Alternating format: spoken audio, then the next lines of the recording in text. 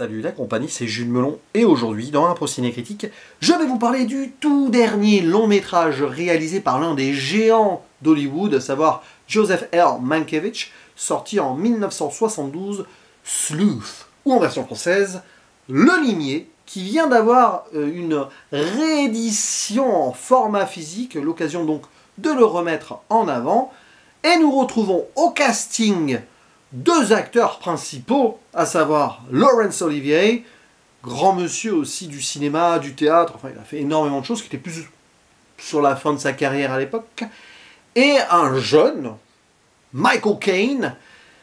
Il y a également quelques seconds rôles joués par des inconnus tels que Alec Cawthorne ou Eve Channing, et je me marre, mais vous comprendrez pourquoi si vous voyez le film, et j'en ferai une zone spoiler. Voilà, pour un point très intéressant et important quand même. Et il faut savoir qu'il s'agit d'une adaptation d'une pièce de théâtre écrite par Anthony Shaffer qui scénarise donc son petit bébé ici pour le grand écran. On peut qualifier donc cet opus de thriller en huis clos puisque ça se déroule dans sa très grande majeure partie, uniquement en fait, dans un manoir quelque part en Angleterre, puisque c'est un film britannique, réalisé par un Américain, sorti par la Fox, et avec des acteurs britanniques, un beau mélange. Et donc, dans cet endroit un peu bucolique mais spacieux, on va suivre deux hommes qui vont se lancer des joutes verbales et des défis, je reste vague pour l'instant, clairement en intérieur. D'un côté, un romancier qui vraiment est très sérieux dans son travail, et qui est entouré de petits bibelots ou autres automates étranges. Déjà, dans le contexte du décor, on est vraiment dans un endroit particulier. Et bien, ce monsieur va recevoir chez lui un businessman qui tient un salon de coiffure, et ce dernier vient demander la main de sa femme, grosso modo, dans le sens où il est amoureux de l'épouse de ce monsieur. Et bon, celui-ci n'a plus l'air d'être avec elle. Et peut-être ici, ce parvenu qui débarque va espérer que le divorce se fasse pour qu'il puisse tranquillement vivre avec la dame. Sauf que celle-ci a un train de vie important, forcément, avec ce qu'elle a eu tout au long de sa petite vie avec son mari. Et ce dernier lance un défi au jeune, je ne sais plus comment il s'appelle, Milo, joué par Michael Caine. C'est clairement tenter une arnaque à l'assurance parce que s'il veut l'épouser, sa femme, il a intérêt à lui offrir pas mal d'argent avec. Et donc, bon, il se porte volontaire pour aider en fait à ce que sa femme soit heureuse avec lui, avec son rival. Donc, ah, tiens, vous allez faire un faux vol et puis après on gérera les choses et vous aurez de l'argent pour pouvoir faire votre vie. C'est très étrange comme situation quand même. Alors, je vais peut-être raconter l'histoire un peu mal, mais peu importe. Et derrière, bah, oui, c'est très théâtral, clairement. On voit que c'est une pièce de théâtre à la base. Et c'est du Joseph Mankiewicz, parce que il a souvent inscrit ses personnages dans des huis clos comme ça. Pas forcément tout le temps physique, mais il les fait évoluer dans la majeure partie du temps des films que j'ai vus, en tout cas de lui. Comme des comédiennes et comédiens sur les planches. Il y a The Ghost and Mrs. Muir, par exemple, très huis clos. Il y a Eve, évidemment, dont j'ai parlé il y a quelques semaines. Là, il est vraiment dans une sorte d'unité d'espace prédéfinie, claire et nette. Pour l'unité de temps, c'est en deux temps, donc non, mais le film est partagé en deux. Et après, à chaque fois, ça se déroule en quelques minutes, au final, en quelques heures maximum. Et ça renforce une situation qui est à la fois absurde, sur pas mal de points, mais très tendue aussi. Et ce qui est fort dans ce film, c'est évidemment l'écriture des dialogues. Même si ça a été compliqué, parce que Laurence Olivier il prenait des médocs, il allait pas bien à l'époque, et il oubliait certaines de ses répliques, bon. Sur le tournage, ça a été difficile, Mankiewicz s'est même blessé, peut-être pour ça qu'il a arrêté sa carrière derrière, même s'il y a peut-être d'autres raisons, j'y viendrai après. Mais voilà, on sent que ce sont deux grands acteurs qui s'entrechoquent et deux personnages qui ont chacun leurs idées et leurs envies qui semblent se retrouver sur pas mal de points, mais qui sont quand même des rivaux aussi. Et tout ce qui se passe donc avec cet endroit particulier fait que nous allons entrer dans un jeu, vraiment, puisque le personnage de Laurence Olivier, c'est pas qu'un romancier, c'est quelqu'un qui aime bien aussi s'amuser, hein, entre guillemets, et il a pas mal d'accessoires chez lui, dont ces automates qui font peur par moments, oui. Et il va lancer des petits défis. Déjà, ce défi d'arnaque à l'assurance, assez dangereux quand même, et peut-être plus si affinité dans la deuxième partie. Alors là, je n'en dis pas plus pour l'instant. Et alors, c'est un film que je peux adorer, comme parfois avoir certaines réserves dessus sur certains moments, mais arrivé au bout, tu te dis, c'est quand même une force de mettre ça sur le grand écran, parce que c'est très écrit, très théâtral, il faut tenir le rythme sur 2h20. Certes, à certains moments, ça blablate un poil trop, mais il y a quand même des petits trucs qui vont vous faire sourire, voire rire, dans un contexte qui n'est quand même pas si évident que cela. Et on sent que c'est un Mankiewicz qui voulait revenir aux bases, peut-être pour ainsi finir sa carrière en beauté, après avoir souffert une dizaine d'années avant, un peu moins, sur le Cléopâtre, un péplum épiquissime qui lui a pompé toute son énergie, tant et si bien qu'après, il ne fera que 3 films en 9-10 ans, et celui-ci sera son dernier. Je crois que ce n'est pas un hasard.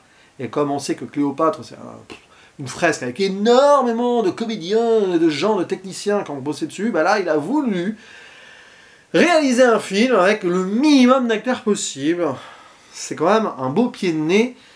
Et lui qui commençait un petit peu à en avoir marre du système hollywoodien à l'époque quand même, il me semble. Bon, après évidemment, on peut le dire, les acteurs sont très bons. Michael Caine, il a vraiment eu une extraordinaire carrière, ce monsieur. Et là, c'est très fort ce qu'il fait.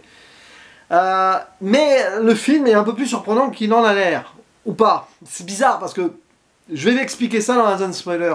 Voilà, pour pas que vous soyez surpris si vous n'avez pas vu le film et que vous comptez le regarder après avoir vu au moins le début de cette vidéo. Revenez à la conclusion si vous voulez, mais... Donc, à un moment, au milieu du film, ce qui se passe, c'est que... c'est très drôle. C'est vraiment bizarre de jouer sur la tension un peu comme ça et le côté humoristique. Le personnage du parvenu qui tient son salon de coiffure, joué par Michael Caine, va se déguiser en clown pour faire une... Enfin, il va essayer de faire un faux vol comme ça. Avec l'aide, donc, du romancier qui s'appelle Andrew Wyke, qui lui dit, tiens, on va faire ça, ça, ça. Sauf qu'en fait, il se fait arnaquer, Milo, et l'autre l'a piégé. Il essaye de lui faire peur, hop, il tire. On croit qu'il est mort, Milo. Mais en fait, il n'en sera rien, parce qu'on apprendra que c'est des balles à blanc, mais on a une sorte de mystère qui s'installe et qui est très étrange, avec 2-3 jours après, l'arrivée du détective, joué par Alec Cawthorne, soi-disant, dans le générique. Mais en fait, très vite, tu te rends compte que c'est pas... Enfin, que c'est quelqu'un... Mais c'est bizarre. Je l'ai déjà vu quelque part, cet acteur. Mais je l'ai peut-être même vu un peu avant dans le film, parce que c'est Michael Caine qui est grimé, qui revient, donc qui n'est pas mort, son personnage. Et là, sur le moment, tu vas douter, tu te dis, ouais, il ressemble à Michael Caine, bon, c'est peut-être un pied de nez, Mankiewicz, il a voulu caster quelqu'un qui... Bon, mais bon, non, il est mort, on l'a vu avant, mais non, il n'est pas mort, mais ça, on l'apprend après, en fait, balle à blanc, et justement, le film insuffle ici une sorte de mystère, on se casse la tête en disant, mais attends, il vient pour faire le truc, l'enquête de la mort, mais l'autre, il prétend que non, c'était des balles à blanc, qu'il n'est pas mort, mais s'il n'est pas mort, il est où? Et en fait, il est là. Et le romancier s'en rend pas compte. Et c'est très drôle parce qu'il y a un retournement de situation, c'est l'arroseur arrosé, si vous voulez, celui qui convoite la femme donc, du romancier vient piéger ce monsieur qui aime beaucoup jouer avec les nerfs des gens, et là, il se fait complètement prendre à son propre jeu. Mais j'ai très vite reconnu Michael Caine quand même, mais tu as des doutes, tu te dis, attends, qu'est-ce qui se passe? Bizarre. Mais oui, plus tu avances dans cette seconde partie, plus tu te dis, oui, c'est Michael Caine. Et en effet, très vite, il révèle son vrai visage. Et on se demande si Mankiewicz a voulu jouer au mystère et tout, ou s'il a voulu s'amuser aussi. Je pense qu'il y a un petit peu des deux. Parce que voilà, avec ce générique, avec les faux acteurs et tout, parce qu'en fait, il n'y en a vraiment que 2 d'acteurs dans le film. Que 2, c'est tout. Mais c'est un procédé assez spécial. Est-ce qu'il a vraiment voulu surprendre les gens? Je ne sais pas. C'est parce qu'il y a ce côté un petit peu décalage par moment avec l'humour qui fait qu'en fait on voit que nous sommes dupés. C'est pas si difficile que ça de s'en rendre compte. Même si Michael Caine fait vraiment très bien les 2 personnages. Il y a sa voix qui revient, on reconnaît son timbre quand même.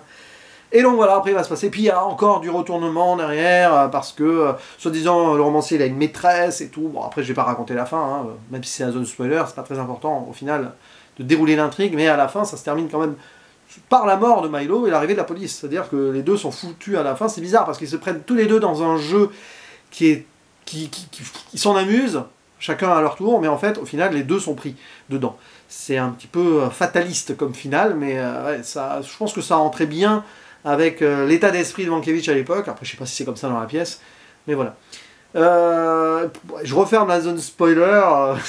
Il y a des petits trucs comme ça dans le film aussi qui sont marquants. Dans la réal, ça paraît très simple et académique, ça l'est en soi, mais c'est bien géré aussi, les mouvements de caméra, c'est quand même très bien pensé, on le sent.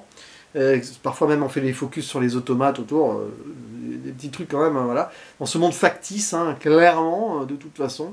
Chacun croit vivre sa petite vie ou pense vivre une vie, etc., qui ne sera au final que illusion.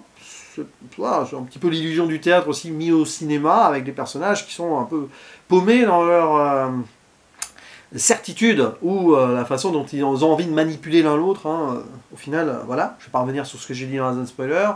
C'est marrant parce qu'il y a même des clins d'œil. Alors je sais pas si Spielberg a aimé ce film, mais peut-être qu'il a aimé la comédie musicale de base parce qu'il y a un morceau. Je sais pas si le titre c'est Anything Goes, mais ça revient souvent. Qui sera au début du Temple Maudit. C'est le côté comédie musicale, mais je pense que c'est une comédie musicale de base, donc je pense pas que Spielberg ait référencé le film, mais plutôt le musical de base. Mais voilà, il y a des petits trucs comme ça de temps en temps. Bah oui, c'est un film à voir, c'est peut-être pas celui que je préfère de Mankiewicz, mais bon, il m'en reste encore, ouais, encore beaucoup à découvrir. Je pense que mon préféré à date, ça reste quand même The Ghost and Mrs. Muir, dont je n'ai pas parlé sur la chaîne. Voilà. J'ai beaucoup aimé Eve aussi, hein, mais... Hein. Et franchement, ce film-là, c'est particulier. De voir ce grand monsieur terminer sa carrière ici, aux antipodes du Cléopâtre avant.